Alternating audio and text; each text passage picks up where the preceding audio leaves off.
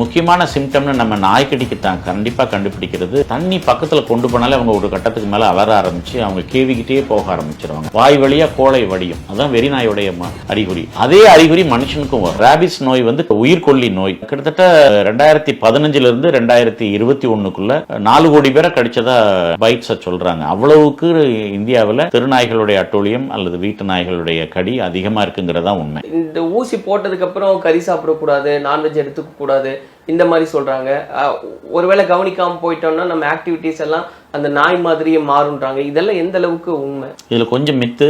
முதல் கேள்வி, அதாவது கறி சாப்பிடக்கூடாது, நான்வெஜ் சாப்பிடக்கூடாது, சென்னையில கவிச்சு சாப்பிடக்கூடாதுன்னு அந்த மாதிரி எதுவுமே கிடையாது. கடிச்சதுக்கு அப்புறம் அந்த வெறிநாய்க்கு வர்ற சிம்டம்ஸ் இருக்குல்ல, அதை பார்த்துட்டு சொன்னதுதான் இந்த விஷயம்.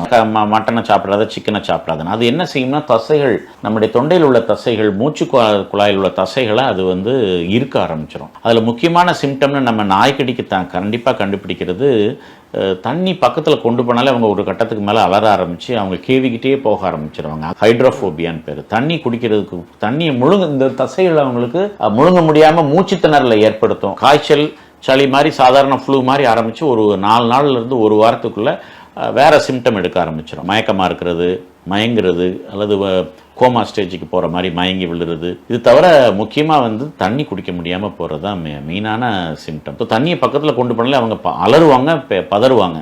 அது வந்து முடியாதனால என்ன செய்வாங்கன்னா, நாயும் பார்த்தீங்கன்னா கோழையை, எச்சியை முழுங்க முடியாமல், அது முழுங்குனா அதுக்கு முழுங்கினா மூச்சு திணறல் ஏற்படும். இடத்துல உள்ள தசைகள்லாம் இருனால அது வெளியிலேயே விட்டுற ஆரம்பிச்சிடும். வாய் வழியாக கோழை வடியும். அதுதான் வெறிநாயுடைய அறிகுறி. அதே அறிகுறி மனுஷனுக்கும் வரும்.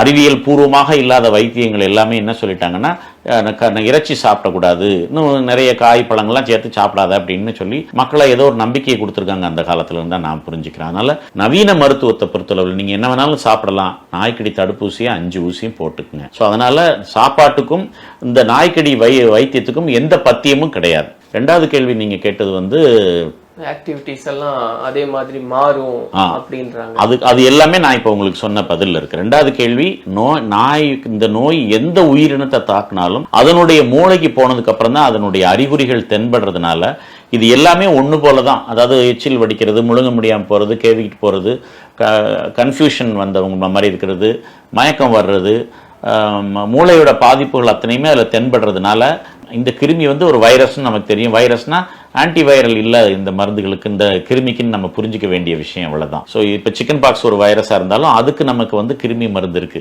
பட் இதுக்கு இன்னும் கண்டுபிடிக்கல. அந்த மாதிரி கிருமி வராதனால நம்ம வேக்சின் போட்டு தடுத்துக்கணும். மற்றபடி அந்த மாதிரி அது இமிட்டேட் பண்றது வந்து ஆக்டிவிட்டிஸ்னால கிடையாது, படுக்காம ரெஸ்ட் எடுக்கிறதுனால கிடையாது. நோய் கிருமி மூளையை தாக்கின மறு நிமிஷம் அதே பாதிப்புகளை தான் எல்லா உயிரினங்களையும் அது ஏற்படுத்தும். ஜாக்கிரதையா இருக்கிறது தான், வேக்சின் போடுறது தான் முக்கியம்.